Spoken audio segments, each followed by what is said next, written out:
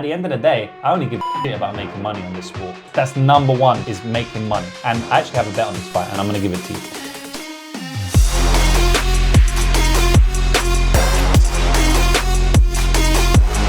We are back. Yes, boys, you heard it right. The UFC is returning to your life, and that means that the Lucrative MMA betting show is also returning to your life. I cannot wait to speak to you about this card, boys. It's been a long, lonely, sad 3 weeks with no MMA action, but you know, in all fairness, there has been some MMA on. It's just not the same as the UFC, you know. We did make one bet on the Rising card, Clever Coke to win. He did win, so that was good to cash some bets, even though the UFC wasn't on. But at the end of the day, the UFC is the prime organization. It's been a good Christmas, it's been a good New Year, it's been a good January. We have made a ton of money so far on all of the other sports I bet on, like tennis, American football, English football, horse racing, basketball, hockey, all of that good stuff, right? We've made a lot of money in January, and it's only January the 7th. But my one true love is and always will be MMA. So I'm gonna do my best in this show to give you some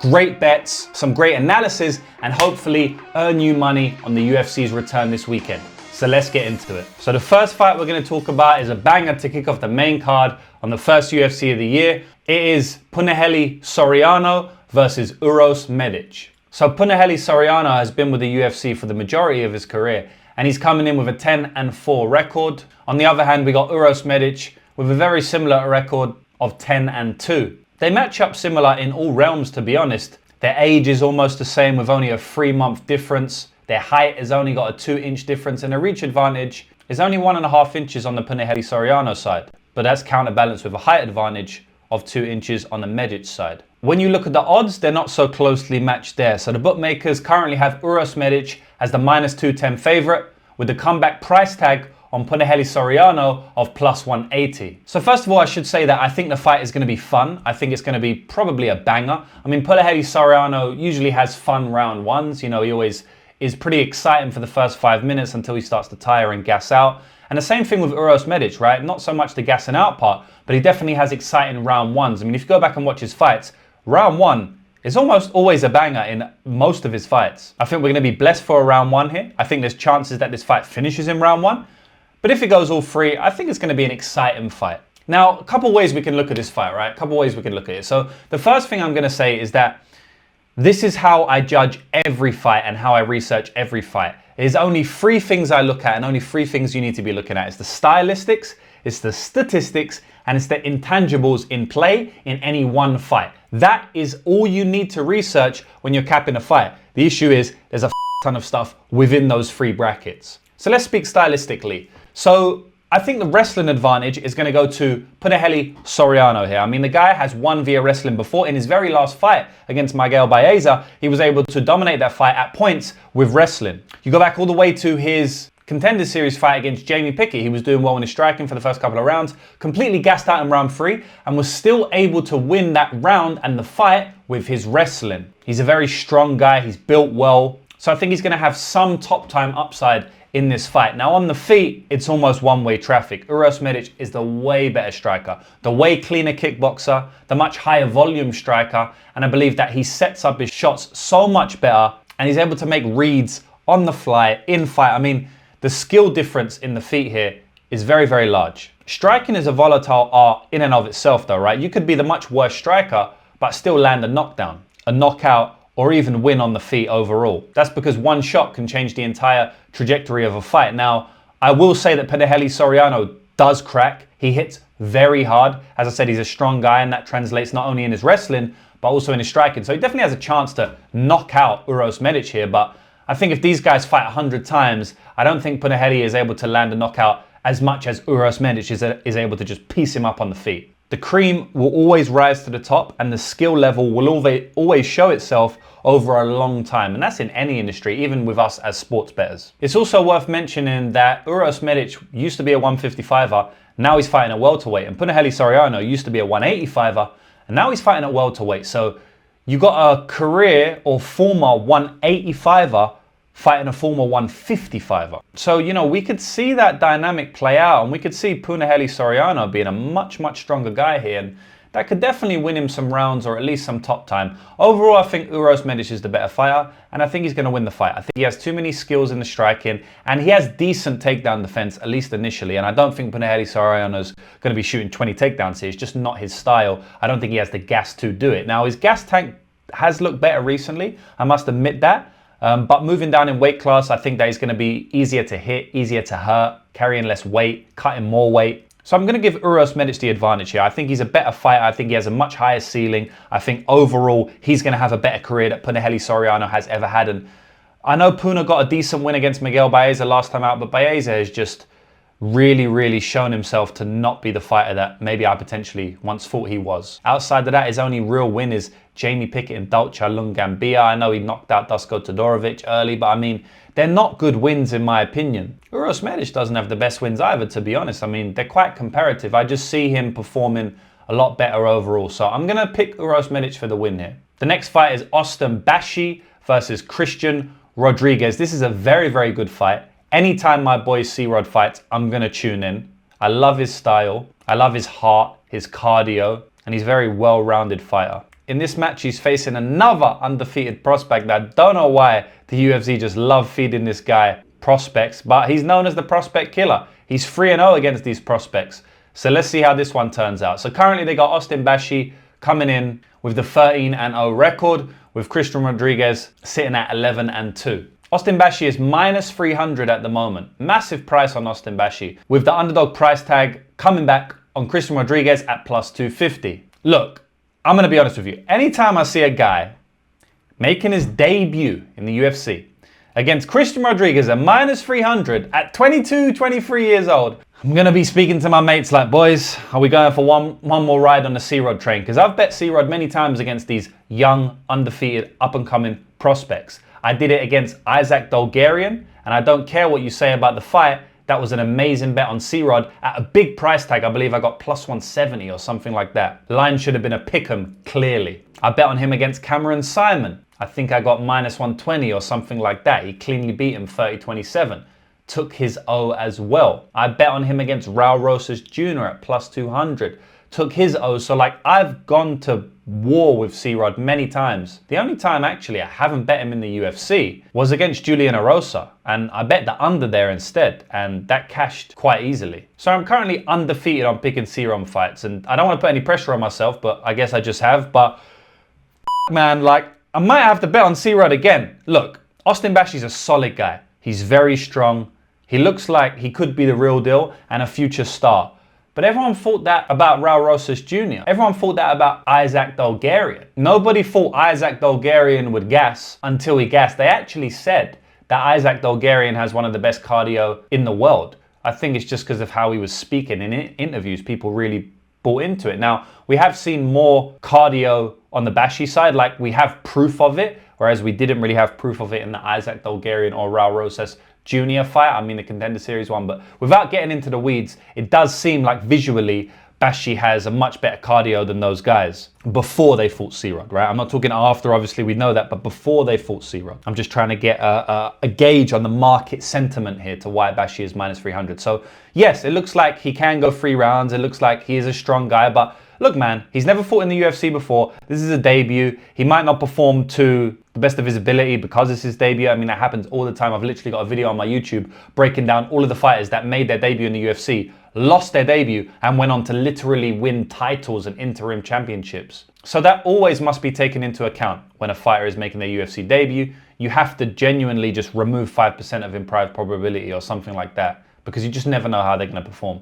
I think C-Rod is the better striker in this matchup. Right? I think if the fight is on the feet, C-Rod's going to win, and he definitely won't look plus 250. So it really just comes down to one simple thing. We don't need to overcomplicate it.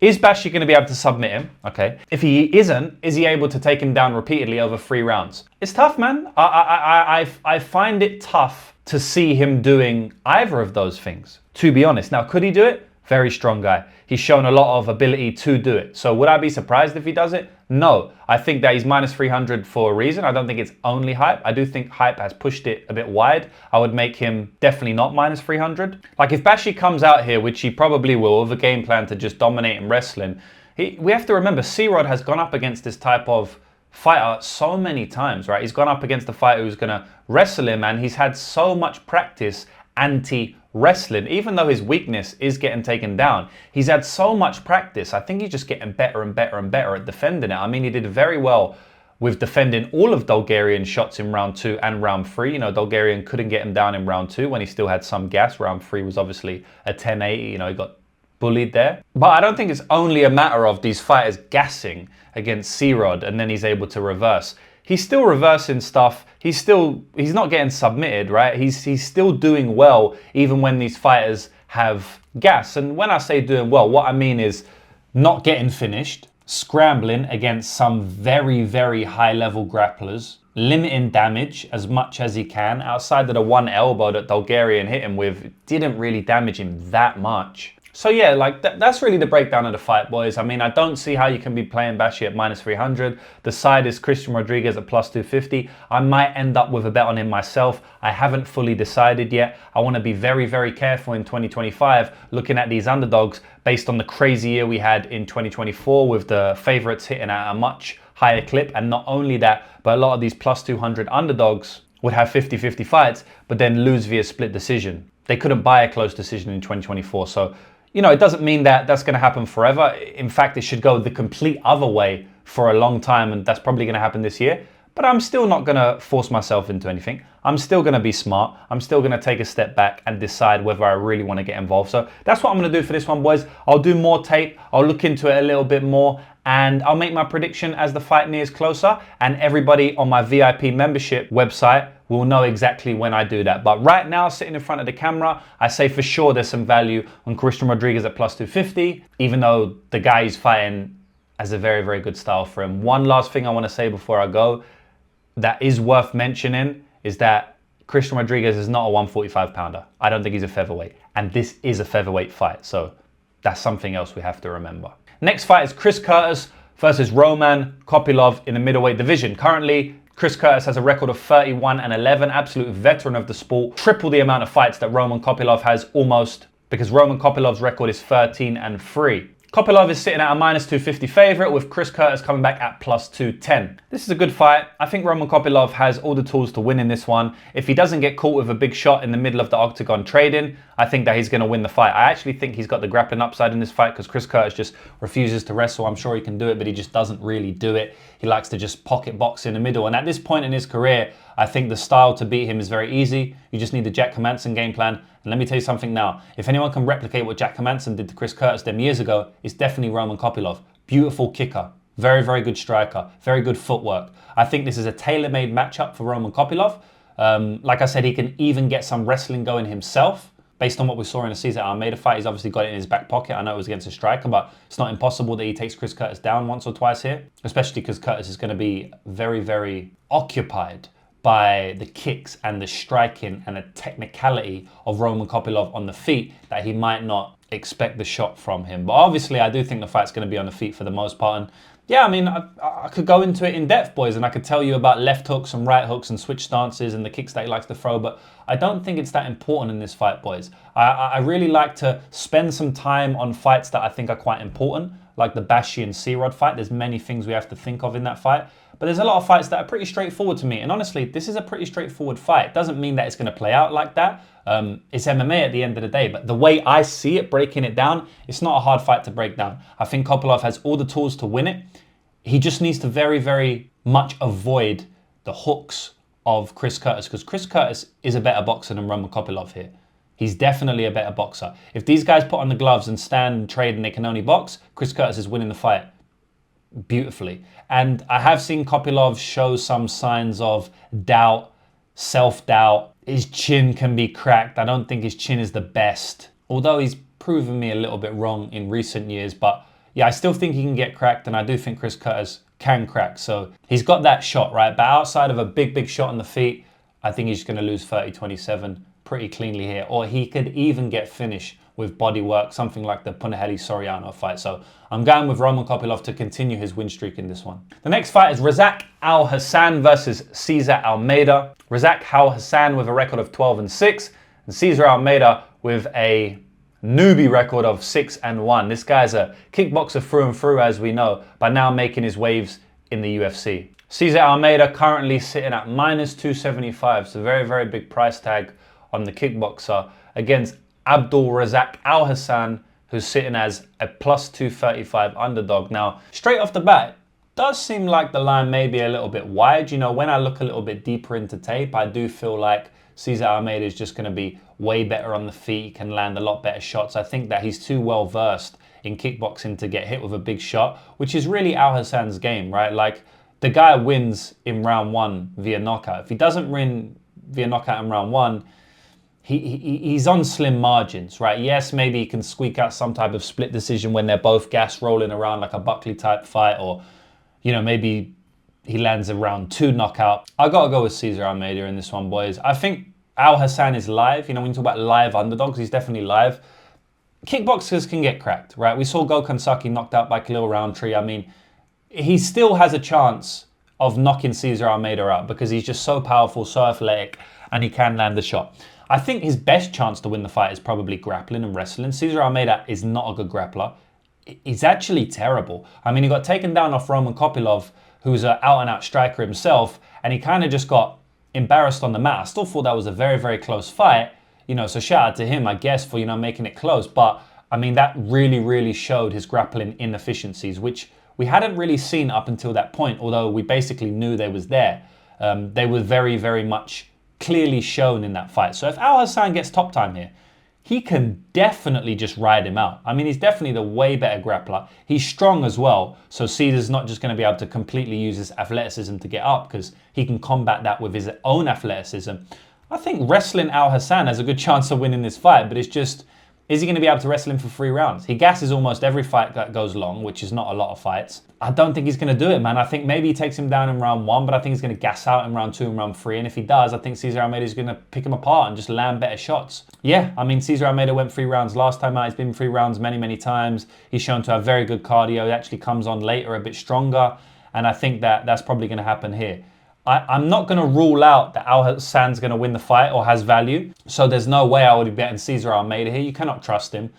Something like Alhassan via decision might be a crazy play. I don't know the odds of it yet. Let me just check for you, actually. I'm not picking it to happen, but I believe it might have some crazy odds. Yeah, so Abdul Razak Hassan by points is +650. I'm pretty sure you'll get almost close to +1,000 on a lot of other bookmakers. I'm just using Bet Online at the moment, and they're notoriously poor for props like that.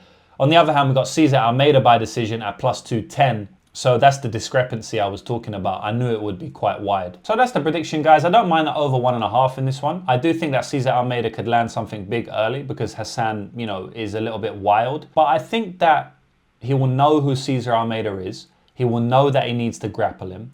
And he will be smart on the feet and not get caught early like we've seen him get caught a number of times. He's also durable. You know, he's gone to decision a couple of times. He's had some big shots landed on him. And he is quite durable. So, and Cesar Almeida is very, very slow and methodical. I actually played Cesar Almeida to go to decision in his last fight at +700 or something crazy against Ihor Peteria. I might go back to the well here. Maybe not GTD. I'm going to see the price. But at over 1.5 seems like a decent play. It's -170 at the moment, so a little bit chalky. But I honestly do think it hits. And I don't think it's going to be that hard. I mean, we only really need to get out of round 1. So that's my prediction there. A couple of different selections for you. A couple of free bets there. Over 1.5 is obviously the main one. A little sprinkle on Hassan decision. But I am actually picking Cesar Almeida to win the fight. Next fight to talk about, Santiago Ponzinibbio versus Carlston Harris. And boys, this is a bit of a dodgy fight, man. I don't have much interest in this fight at the moment, but it's one of the fights that I haven't done a lot of tape on. So I'm just going to run through it quickly, give you my early thoughts. I have watched one fight of each fighter, but I'm going to go back and watch more in-depth tape on these guys before I make my play. And obviously, again, that will all be given out to my VIP members. But for now, I'll just break down exactly what I know of the guys. So Santiago Ponzinibbio, absolute veteran of the sport, has a record of 29 wins with 8 losses. And Carlston Harris, veteran of the sport in his own right, to be honest, has a record of 19 wins and 6 losses. So Santiago Ponzinibbio is the very slight favourite at -120 with the comeback underdog price tag of Carlston Harris at +100. So like I said, boys, I don't have a strong breakdown on this fight because I haven't done strong research on it. And the reason I'm telling you that is because I want you to know exactly where my head's at. I don't want to give you some elaborate prediction and you go and bet on it and then it loses and you're upset with me, I want to be fully open and honest and tell you that I don't really have a good prediction on this one. I don't have a good read on this one. I haven't done much research. It's very early in the week and I've still got a lot of study to do. I'd rather you go and make a bet based on one of my other predictions that I have done a lot of research on, like Chris Curtis and Roman Kopylov, for example. But yeah, currently, from what I've seen, Santiago Ponzinibbio looks like a decent play here. You know, I think Carlston Harris has a good chance of knocking him out. You know, we know Santiago is obviously a lot older now. He's weathered. I think he's washed. His chin isn't looking as what it used to do or what it used to look like. I think that Carlston Harris hits hard. He's a big guy. You know, he swings from the hip. I think he has a good chance of getting a round one knockout. If he doesn't do that, he probably is going to get picked apart by Santiago Ponzinibbio. I mean, at the end of the day, this is kind of like a striker versus grappler. I mean, Santiago is a striker and Carlston does his best work when he can grapple you, get you in a front choke or something like that. But I don't think he's going to be able to grapple Santiago. Ponzinibbio has made a career of defending grappling, you know, so I definitely think that he's going to be able to do it in this one. And if he does it, he's going to be on the feet with a guy who's just a worse striker than him. And like I said, outside of that early knockout, which is a possibility, I think he's just an inferior fighter, Carlston Harris. So I'm going to pick Santiago Ponzinibbio for now. I'm going to do more research on this one. It's not really a fight that I necessarily want to bet at the moment, but, you know, there's definitely a chance I do make a play. It really just comes down to my research. So at the moment, Santiago Ponzinibbio, I'll pick him to win. I'll pick him to win via decision in kind of like a lackluster, boring, low-paced fight outside of maybe Santiago getting clipped in round one and wobbling for like half a second.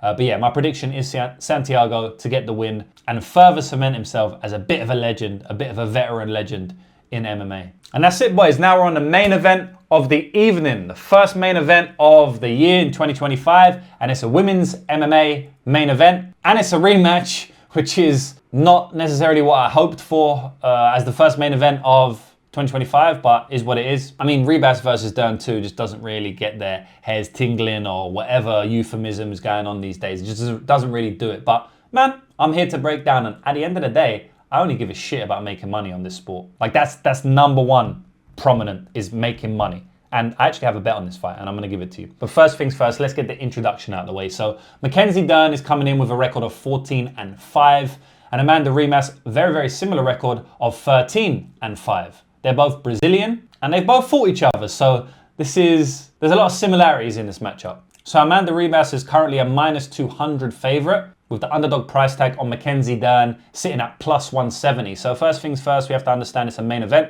which means it's 5 rounds. That obviously changes the dynamic of fights massively. If a fight is 3 rounds versus a fight is 5 rounds, the entire result could be different. And it is important to mention that their first fight was 3 rounds. Now, I actually think that the 3 rounds benefits Mackenzie Dern. And in their last fight, the 3-round fight, she actually lost. So I think going to 5 rounds is probably more beneficial for Ribas. But I will say that I do think that Mackenzie Dern is a little bit more dangerous than Amanda Ribas, because we have to take into account Amanda Ribas has a poor chin and Mackenzie Dern has an iron chin. And then I do think that Mackenzie Dern is more dangerous from top position than Amanda Ribas is if she gets on top of her. So, although the 5 rounds favors Amanda Ribas in some ways, it also gives Mackenzie Dern more of a chance to land that knockout blow because she's more dangerous on the feet, or land that ground and pound or submission because she's more dangerous on the ground. So it kind of evens itself up there, you know. So we got the cardio advantage and the experience advantage in long fights of Amanda Ribas. Then we got the danger advantage in this 5-round fight on Mackenzie Dern's side. So I'm not gonna go fully in depth on this fight, boys. You can go back and watch the first fight, right? Basically what happened, TLDR, is Ribas just was better at MMA.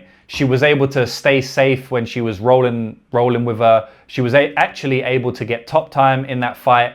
She actually beat her at her own game to some degree. You know, Mackenzie's known as the jiu-jitsu girl, but Ribas was more than holding her own in that fight. And on the feet, she was just landing the better shots. And in the wrestling, she was better. So she basically just beat her fair and square, cleanly, in an MMA fight, being way better at all realms of MMA. And I don't see much change in here, boys. And that is why I played Amanda Ribas at -160 about a week or 2 ago. I was bored. There was no UFC on. I was like, fuck it, let me tape some future fights. And to be honest, I had already played a bet on Amanda Ribas when the fight was first booked, which was about a month ago, and that was cancelled. So then I just played it again when the lines reopened. I actually waited, obviously, for the lines to settle, and then I played it again. So that's my bet for this fight. I don't see much changing from the first fight. And as I say, you have to favor Amanda Ribas a little bit in a 5-rounder, so it's even more beneficial for her. Again, that is offset by the danger factor of Mackenzie Dern, but it's probably 50-50, maybe neutral, maybe there is no favor there based on the offsetting by Mackenzie Dern's danger. But yeah, like I haven't seen Mackenzie Dern get way better at striking to where she's now going to beat Ribas on the feet. I think she's improved a bit, but not that much. I guess at least not enough to now win the striking war, right? She might land a bomb.